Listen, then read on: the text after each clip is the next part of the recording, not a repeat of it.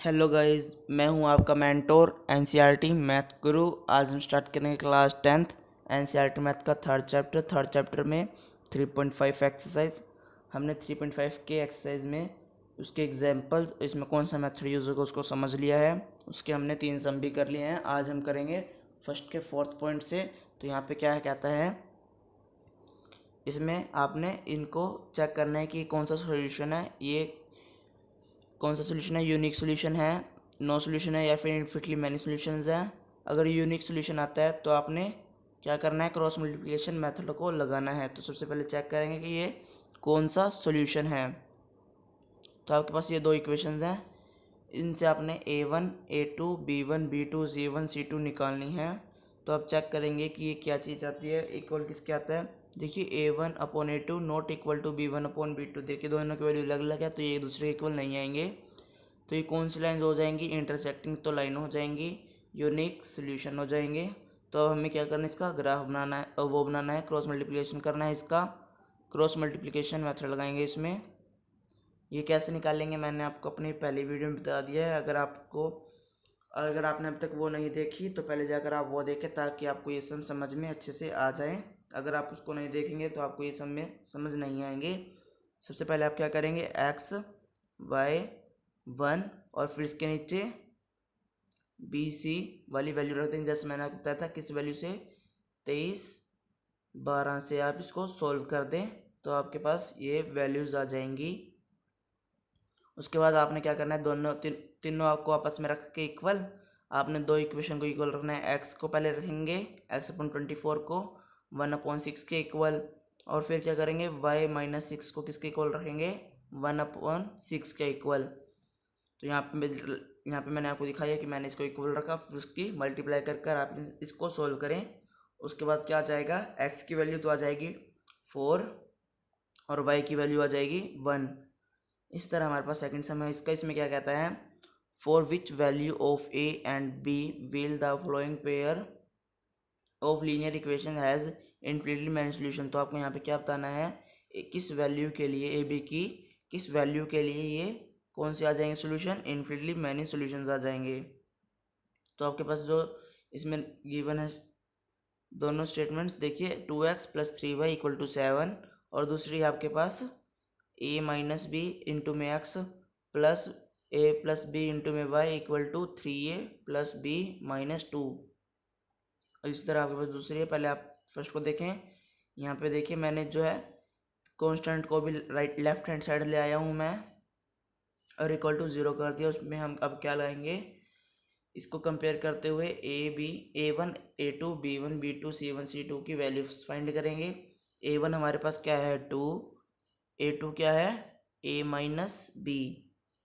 ये किस चीज़ से आप कंपेयर कर निकालेंगे, आपके पास ये देखिए यहाँ पे ये इक्वेशन होगी a1 × x plus b1 × y plus c = 0, ये c1 है। इस तरह से आप a2 वाली लाइन भी करके इसको कंपेयर करके यहाँ पे वैल्यूज़ को फाइंड करें। अब आपको क्या चाहिए, ये इनफिनिटली मैनी सोल्यूशन होना चाहिए। तो सबसे पहले आपको पता होना चाहिए कि ये सोल्यूशन कौन सी कंडीशन पर होता है। ये पैरेलल लाइंस पे होता है या फिर कोइंसिडेंस लाइन पे ये होता है, पैरेलल पे। पैरेलल पे आपका नो सोल्यूशन होगा। यहाँ पे आपके ये जो है कोइंसिडेंस लाइन जो होती हैं तब होता है ये आपके पास। तो कोइंसिडेंट लाइन कौन सी होती है, एक के ऊपर एक, यानी कि उसके जो नंबर्स होंगे वो हमेशा सेम ही रहेंगे यहाँ पे, इसलिए ये तीनों इक्वल रखेंगे आप। उसके बाद इनकी वैल्यूज़ रखें। पहले आप क्या करें, पहले 2 को रख लें और फिर बाद में 2 को रख लें, जिससे आपके पास इक्वेशंस आ जाएंगी दो अलग अलग। फिर उसको आपने सॉल्व करना है। तो आपने क्या किया, 2/a-b = 7/3a + b-2। देखिए आपके पास कौन कौन सी वैल्यूज़ हैं। a1 को आपने किसके इक्वल रखा है, एक बार c के, और फिर b1 को आप रखेंगे फिर से दोबारा c के इक्वल रखेंगे। तो यहाँ पे सबसे पहले यही किया है। देखिए मैंने दोनों को इक्वल रखा, उसके बाद इसकी मल्टीप्लाई की, तो मेरे पास क्या आ जाएगा, a-9b = -4। इसको हमने इक्वेशन फर्स्ट नाम दे दिया। उसके बाद हमने क्या किया, 2/a-b किसके इक्वल ले लिया, 3/a-b के इक्वल ले लिया। पहले मैंने क्या किया है, देखिए यहाँ पर सबसे पहले A1 अपॉन A2 को किसके इक्वल लिया, तीसरे वाले के इक्वल लिया, फिर मैंने इसके इक्वल भी ले लिया, जिससे हमारे पास दूसरी इक्वेशन भी आ जाएगी। दूसरी इक्वेशन क्या आएगी, A-5B=0। अब आपने क्या करना है, इनको सब्ट्रैक्ट करना है, subtracting equation first from equation second. तो हमने इन दोनों का आपस में माइनस किया तो हमारे पास क्या आ जाएगी, देखिए ए तो सेम है, कट जाएगा। उसके बाद जो है हमारे पास बी की वैल्यू आ जाएगी 1। इसको हमने सब्स्टिट्यूट करना है कौन सी इक्वेशन में, सेकंड इक्वेशन में, जिससे हमारे पास ए की वैल्यू भी आ जाएगी। ए की वैल्यू क्या आ जाएगी हमारे पास 5। तो हमें दोनों की वैल्यूज़ मिल गई हैं, ए की वैल्यू 5, बी की वैल्यू 1। तो हमें ये जो आप इक्वेशन जो आपको दी हुई थी इसमें पुट करके सॉल्व करेंगे तो आपको वो इन्फिनिटी मैनी सोल्यूशन ही देगा। इसी तरह आपके पास सेकंड इक्वेशन है, देखिए सेकंड इक्वेशन में क्या कहता है, फॉर विच वैल्यू ऑफ के, किस वैल्यू के लिए will the following pair of linear equation has no solution. तो यहाँ पे आपको नो सोल्यूशन बताना है, जैसे आपने यहाँ पे अभी इन्फिनिटी नंबर ऑफ सोल्यूशन तय थे, यहाँ पे अब आपको नो सोल्यूशन बताने हैं। नो सोल्यूशन कब होंगे, जब ये पैरेलल होंगे या कोइंसिडेंट्स होंगे। जब ये पैरेलल होंगे तब होगा। देखिए आपने दोनों इक्वेशन लिखनी है, उसके बाद आपने कंपेयर करते हुए A1 B1 C1 A2 B2 C2 की वैल्यूज़ फाइंड करनी है। उसके बाद आपने ये लिखना है। उसके बाद तो आपको पता होना चाहिए कि नो सोल्यूशन कब होगा, जब वो पैरेलल होंगे। पैरेलल पे कंडीशन कौन सी होती है, A1/A2 equal to B1/B2 not equal to C1/C2। फिर आप इसमें वैल्यूज़ को रख दें A1 B1 वाली जो आपने यहाँ से निकाली हैं। उसके बाद आपके पास क्या आ जाएगा, देखिए अब इसको किसके इक्वल रखा है, इसके इक्वल रख दिया। तो हमारे पास इसकी क्रॉस मल्टीप्लाई करने के बाद क्या आ जाएगा, के की वैल्यू 2। तो hence 4k equal to the given equation has no solution. तो इसके नो सोल्यूशन तब हो जाएंगे जब इसकी के की वैल्यू 2 होगी। इसकी यहाँ पे देखिए क्रॉस मल्टीप्लाई की है, तो 3 की किससे मल्टीप्लाई कर दी, के-1 से। तो हमारे पास क्या आ जाएगा 3k-3। इसी तरह से 2k-1 की तो 1 से, तो हमारे पास 2k-1 आ जाएगा। फिर आप कांस्टेंट को एक तरफ और वेरिएबल्स को एक तरफ ले जाएंगे, तो जिससे हमारे पास k2 आ रहा है। अब हमारे पास जो है इसका थर्ड सम है, देखिए solve the following pair of linear equation by substitution cross multiplication method. तो आपको यहाँ पे सब्स्टिट्यूशन मेथड भी लगाना है, फिर क्रॉस मल्टीप्लिकेशन मेथड भी लगाना है। तो सबसे पहले आपको इक्वेशन दी हुई है x into 8x plus 5y equal to 9 3, और दूसरी इक्वेशन है 3x plus 2y equal to 4। सबसे पहले सब्स्टिट्यूशन मेथड में क्या करेंगे, फर्स्ट सेकंड इक्वेशन नाम लिखेंगे, फिर सेकंड से हम थर्ड इक्वेशन बनाएंगे। थर्ड इक्वेशन क्या आ जाएगी, 4-2y/3। उसको पुट कर देंगे कौन सी इक्वेशन में, फर्स्ट इक्वेशन में सब्स्टिट्यूट कर दिया। उसके बाद इसको सॉल्व कर लें, जहाँ आपको यहाँ पे देखिए, यहाँ पे आपके पास कहाँ पर x है, 8 के साथ x है, तो आपने इस वैल्यू को 8 से मल्टीप्लाई करना है। उसके बाद आपने मल्टीप्लाई कर दी, फिर आप इसका एलसीएम लें। एलसीएम देखिए यहाँ पे नीचे पूरे के नीचे 3 आ जाएगा। फिर आप इसको यहाँ पे मल्टीप्लाई में ले आए, डिवाइड में है तो अगर यहाँ पे इसका मल्टीप्लाई आएगा। उसके बाद आप क्या करेंगे, इन y की वैल्यू क्या आ जाएगी आपके पास, माइनस की वैल्यू आ जाएगी दोनों, तो दोनों तरफ माइनस है तो माइनस से माइनस कट जाएगा, तो y की वैल्यू आपके पास 5 आ गई। उसके बाद आपने इसको नाम देना है फोर्थ, और इसको पुट करना है थर्ड इक्वेशन में। यहाँ पे सेकंड में किया, आप थर्ड में भी करेंगे तो आपके पास वही वैल्यू आएगी। तो आपके पास क्या आ जाएगी, x-2 आ जाएगा। देखिए यहाँ पे भी आपको मैं करके दिखाता हूँ y की वैल्यू। अगर आप यहाँ पे 5 पुट करें, 4-10/3, तो यहाँ देखिए आपके पास आ जाएगा -6/3, यानी कि -2, जो आपको यहाँ पे दिख रहा है। तो आपके दोनों वैल्यू यहाँ पर आ गई हैं किस मेथड से, सब्स्टिट्यूशन मेथड से। अब हमने कौन सा मेथड लगाना है, क्रॉस मल्टीप्लिकेशन मेथड। वही दो इक्वेशन है आपके पास, क्या लिखना है, पहले x y और 1, और फिर नीचे क्या जाएगा 23-12 से सॉल्व करें। यहाँ पर x y और 1 है, ठीक है। आपने यहाँ पे वैल्यूज रखनी है 2 की जगह बी वाली, 3 की जगह सी वाली, 1 की जगह ए वाली, और फिर से 2 आ गया तो यहाँ पे बी वाली वैल्यूज़ आप रख देंगे। उसके बाद क्या करना है, इनकी मल्टीप्लाई। मल्टीप्लाई कैसे करेंगे, पहले इधर को और फिर इधर को, इसी तरह से आपने यहाँ पे ऐसे मल्टीप्लाई करना है। तो आपके पास क्या आ जाएगा, -20 माइनस का माइनस -18 इक्वल टू क्या है, y अपॉन -27 माइनस -32। फिर आपके पास क्या है, 16 - 5 अपॉन में है। तो इसको सॉल्व करें तो आपके पास वैल्यूज़ क्या आ जाएंगी, x upon -2 equal to y upon 5 equal to 1/1। तो सबसे पहले क्या करना है, x -2 को क्या करना है, 1 के इक्वल रखना है। इसी तरह से y अपॉन 5 को भी 1 के इक्वल रखना है। तो हमारे पास क्या आ जाएगी वैल्यू, x की -2, y की 5। हमारे पास नेक्स्ट सम है फोर्थ। इसमें क्या कहता है, form the pair of linear equation in the flowing problem and find their solution if they exist by any algebraic method. तो आपने यहाँ पे कोई से भी मेथड से, यानी कि ग्राफिकली मेथड नहीं लेना, इसमें सब्स्टिट्यूशन और एलिमिनेशन मेथड और क्रॉस मल्टीप्लिकेशन मेथड को ध्यान में रखते हुए आपने कोई सा भी जो आपको अच्छे से आता होगा आपने वो मेथड यहाँ पे यूज़ करना है। यहाँ पे स्पेसिफिक बताया नहीं हुआ कि आपको कौन सा मेथड यूज़ करना है। अगर यहाँ पे बताया होता तो आपने वही मेथड लगाना था।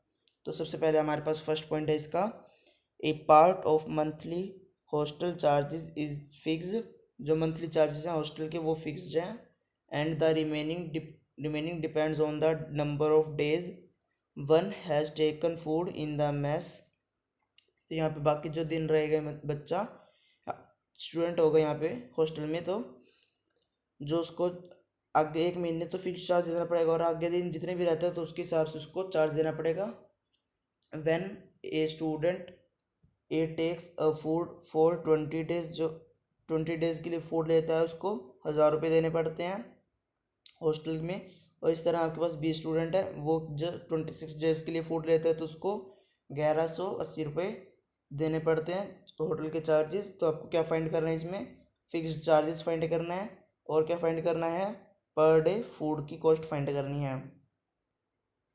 तो सबसे पहले क्या करेंगे, आप फिक्स्ड चार्ज को एक्स लेट कर लें और फूड पे जो चार्ज लगा है पर डे का उसको वाई लेट करें। उसके बाद आपने दोनों इक्वेशन बनानी है, x + 20y = 1000। यानी कि जो फिक्स्ड चार्ज है वो है हमारे पास x। 20y क्यों है, यहाँ पे आपके 20 दिन है, फूड जो लिया था 20 दिन रहा था वो बच्चा, उसने 1000 रुपये दिए थे। इसी तरह से अगला जो 20 स्टूडेंट है उसने 26 दिन रहा, उसने 1180 रुपये पैसे पे किए थे। तो यहाँ पे इनसे इक्वेशन बनाई। अब इसे क्या करना है, यहाँ पर सब्ट्रैक्ट करेंगे equation first from equation second. तो आपने फर्स्ट से माइनस किया, देखिए यहाँ पे जो है कोफिशिएंट दोनों के सेम हैं एक्स के, तो आप वो काट देंगे और आपके पास वाई की क्या आ जाएगी, 6y = 180, जिससे y की वैल्यू 30 आ जाएगी। इसको सब्स्टिट्यूट कर दे कौन सी इक्वेशन में, फर्स्ट इक्वेशन में, x + 20y = 1000। तो y की जगह 30 पुट कर दिया। उसके बाद x की वैल्यू कितनी आ जाएगी, 20 × 30 = 1000। तो आपके पास वैल्यू आ गई 400। तो आपकी दोनों वैल्यूज़ जो हैं फिक्स चार्ज की 400 रुपीज़ है, और जो चार्ज पर डे का लग रहा था वो है 30 रुपीज़। अब हमारे पास सेकंड सम है इसका, देखिए, ए फ्रैक्शंस बिकम 1/3। एक फ्रैक्शन आती है 1/3 व्हेन, कब आती है, जब हम सब्ट्रैक्ट करते हैं नोमिनेटर से, यानी कि ऊपर से -1 करते हैं, और जो यहाँ पे हमारे को क्या देगा 1/3। ठीक है, इसी तरह से 1/4 आता है, कब आता है, जब हम डिनोमिनेटर यानी कि नीचे ऐड करते हैं। ये देखिए 8 is add to its denominator, उसके डिनोमिनेटर में ऐड करते हैं तो हमारे पास क्या आएगा 1/4। तो हमें यहाँ पे क्या करना है, सबसे पहले देखिए फाइंड द फ्रैक्शन। तो हमें फ्रैक्शन फाइंड करनी है। सबसे पहले क्या करना है, फ्रैक्शन देखिए p/q की फॉर्म में होती है, तो यहाँ पे x और y हम यहाँ पे लेट कर लेंगे। उसके बाद हमने इक्वेशन बनानी, देखिए यहाँ पे x y लेट कर लिया, ऊपर नोमिनेटर से एक माइनस करना था, यानी कि x - 1/y रह जाएगा, इक्वल टू हमारे पास क्या आना था 1/3। 1/4 कब आना था, जब हम नीचे डिनोमिनेटर में 8 ऐड करेंगे। ये देखिए हमने दोनों को सोल्व कर लिया। उसके बाद इनकी मल्टीप्लाई कर दें, क्रॉस मल्टीप्लाई, तो हमारे पास इक्वेशंस आ जाएंगी दो, 3x minus y equal to 3, 4x minus y equal to 8। उसके बाद क्या करें, subtract equation first from equation second.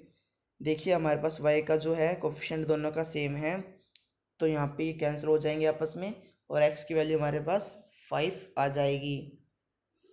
जब हमारे पास x की वैल्यू आ जाए हम उसको इक्वेशन फर्स्ट या फिर सेकंड में पुट करके देख सकते हैं। तो यहाँ पे मैंने आपको फर्स्ट में पुट कर दिखाया है। फर्स्ट में पुट करेंगे x की वैल्यू, यानी कि 3 into 5 15 minus y equal to 3, तो y की वैल्यू आ जाएगी हमारे पास 12 आ जाएगी। तो दोनों वैल्यू आ गई है, 5/12 हमारे पास जो है फ्रैक्शन आ जाएगी। इसी तरह हमारे पास इसका थर्ड सम है। इसमें क्या कहता है, देखिए, Yash scored 40 marks in a test. जो यश स्कोर करता है, अंक प्राप्त किए हैं उसने 40 एक टेस्ट में, getting 3 marks for each right answer. उसका जो भी राइट आंसर होता है उसको 3 नंबर मिलते हैं। अगर उसका आंसर गलत हो जाता है तो 1 नंबर उसका कट जाता है। उसके बाद क्या करना है, had 4 marks been awarded for each correct answer. फिर उसको क्या करते हैं, अगली बार 4 नंबर मिलते हैं। एक क्वेश्चन सही होता है तो 4 नंबर मिलते हैं, अगर गलत होता है तो 2 नंबर कटते हैं। तो आपको बताना है यहाँ पे, then Yash would have scored 50 marks.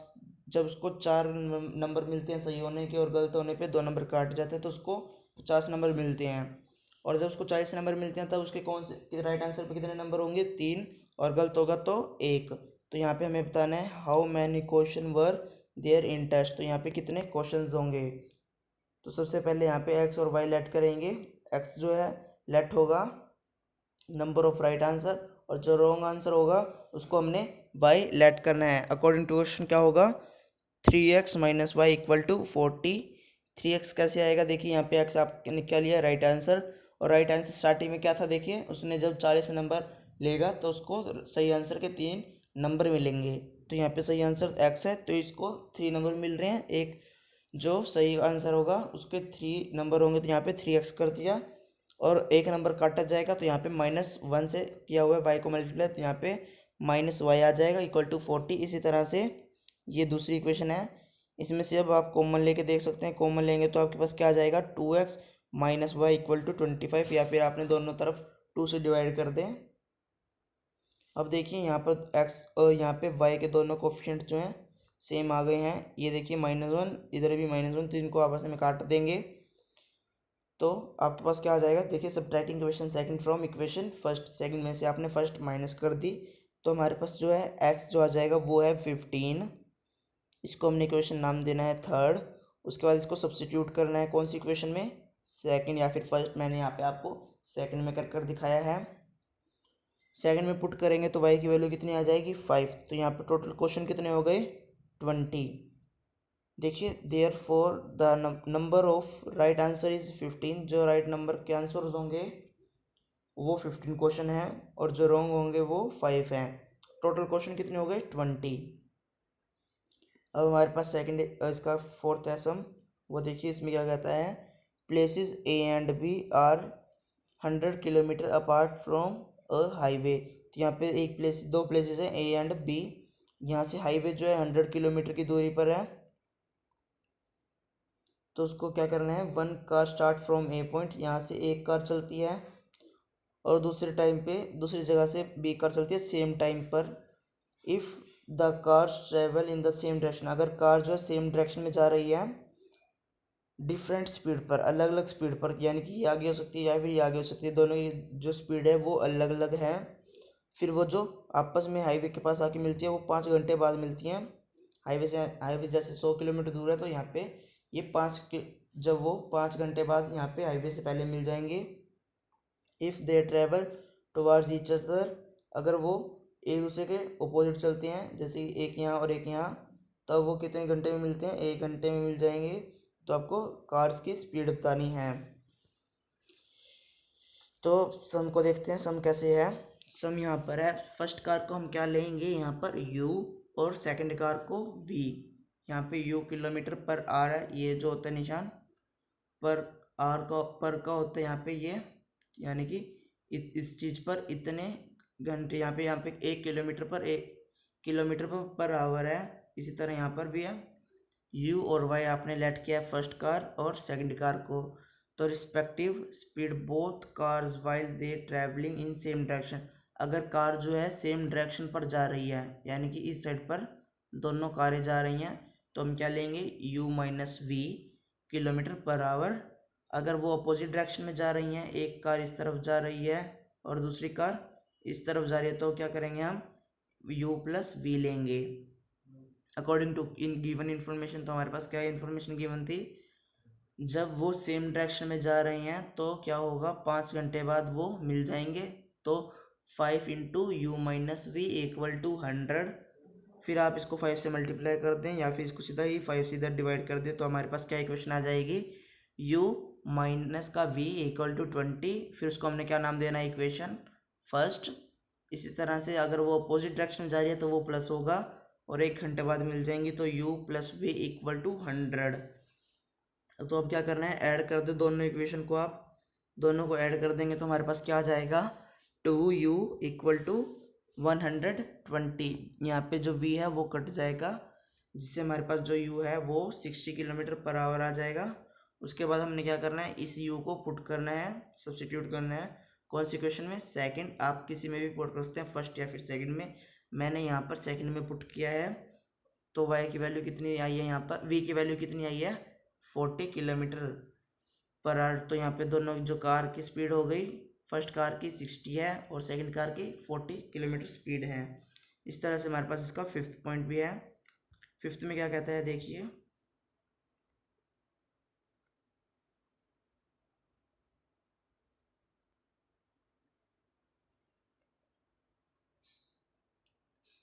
यहाँ पर है the area of rectangular gets reduce by 9 square unit. जो रेक्टेंगुलर वो है एरिया रेक्टेंगल का, वो कम होता जा रहा है कौन कितने यूनिट्स के से, 9 स्क्वायर यूनिट से। जो if its length it's reduce by 5 unit, जो उसकी लेंथ है वो 5 यूनिट से कम हो रही है। यानी कि जिस मान लीजिए एक रेक्टेंगल है, ये कम होता जा रहा है, यानी कि छोटा होता जा रहा है धीरे धीरे, कि कौन कितनी स्पीड से 9 स्क्वायर यूनिट से, और इसकी जो लेंथ है वो भी कम हो रही है। यानी कि ये चीज़ जो है लेंथ, ये भी धीरे धीरे कम होती जा रही है और इसकी ब्रेथ जो है वो बढ़ती जा रही है। ब्रेथ कितने यूनिट से बढ़ती जा रही है, 3 यूनिट से इसकी बढ़ती जा रही है।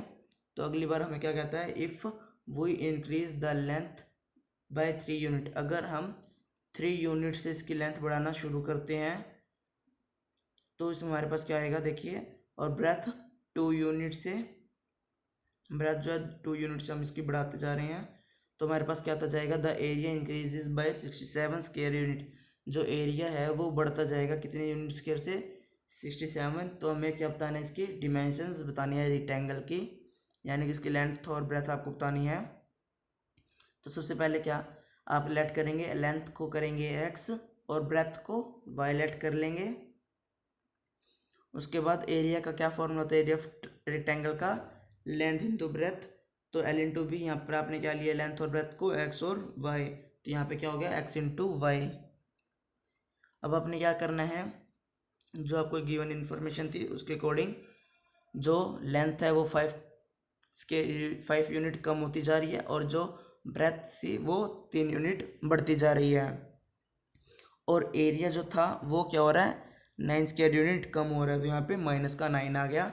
इसको सॉल्व करेंगे तो हमारे पास क्या आ जाएगा, 3x minus 5y minus 6 equal to 0। इसको नाम देना है हमने इक्वेशन फर्स्ट। उसके बाद क्या करना है, उसमें दूसरा पॉइंट था देखिए, जब वो उसकी जो लेंथ है हम 3 यूनिट बढ़ाते जा रहे हैं और 2 यूनिट उसकी ब्रेथ भी बढ़ा रहे हैं, तो एरिया जो है वो 67 स्क्वायर यूनिट बढ़ जाएगा। उसको हम इसको सोल्व कर लें तो हमारे पास क्या आ जाएगा, 2x plus 3y equal 2x plus 3y minus 61। तो आपके पास इक्वेशन फर्स्ट एंड सेकंड आ गई है।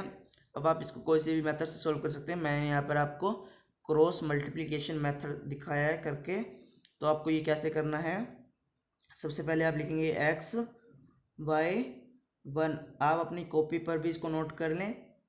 अगर आपको सम करना भी हो तो आप इस तरीके से भी कर सकते हैं, जैसे मैं आपको बता रहा हूँ 2 3 1 2 23 12। और 23 कैसे, यहाँ पे 23 12 क्या लिखेंगे आप नीचे इसके, 23 के नीचे क्या आएगा, बी और सी की वैल्यू, 12 के नीचे ए और बी की वैल्यू।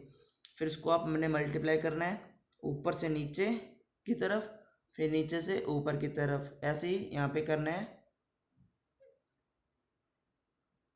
आपने यहाँ पे मल्टीप्लाई कर ली तो आपके पास देखिए ये चीज़ आ जाएगी, x upon 305 minus 18 equal to y upon -12 minus में -183। यहाँ पे माइनस इसलिए आया है 2 बार, क्योंकि एक बार मैंने आपको बताया है, एक बार जब आप मल्टीप्लाई कर ले तो यहाँ पे फिर माइनस का निशान लगाना है, और जब आप फिर दोबारा मल्टीप्लाई करेंगे तो आपके पास -18 आएगा। इस तरह से आपने इसको लिखना है, और फिर इसकी मल्टीप्लाई, इसकी प्लस माइनस को सॉल्व करके आपकी वैल्यूज आ जाएंगी, x upon 323 equal to y upon 171 upon equal to 1/19। तो क्या करना है आपने, x की वैल्यू को x अपॉन 323 को 1/19 के इक्वल लिखना है। तो इसकी जब आप मल्टीप्लाई करके इसको डिवाइड करें तो आपके पास क्या आएगी, x की वैल्यू 17, y की वैल्यू 9। इस हिसाब से आपकी जो डिमेंशंस हो जाएंगी, रेक्टेंगल की लेंथ जो होगी वो 17 होगी, और जो ब्रेथ होगी वो 9 होगी। ठीक है, तो आपका ये रेक्टेंगल की डिमेंशंस आ जाएंगी। अगर आपको वीडियो पसंद आए, लाइक शेयर सब्सक्राइब करना मत भूलना। अगर आप हमारे चैनल पर पहली बार आए हैं तो बेल आइकन को प्रेस कर दें, ताकि आपको नए नए वीडियोस की नोटिफिकेशन सबसे पहले मिल जाए। अगर आपको कोई सम या फिर कोई मेथड समझ नहीं आता तो कमेंट बॉक्स में आप लिख सकते हैं कि आपको कौन सा सम, कौन सा मेथड समझ में नहीं आया, ताकि मैं आपको आने वाली अगली वीडियो में उसको समझा सकूं।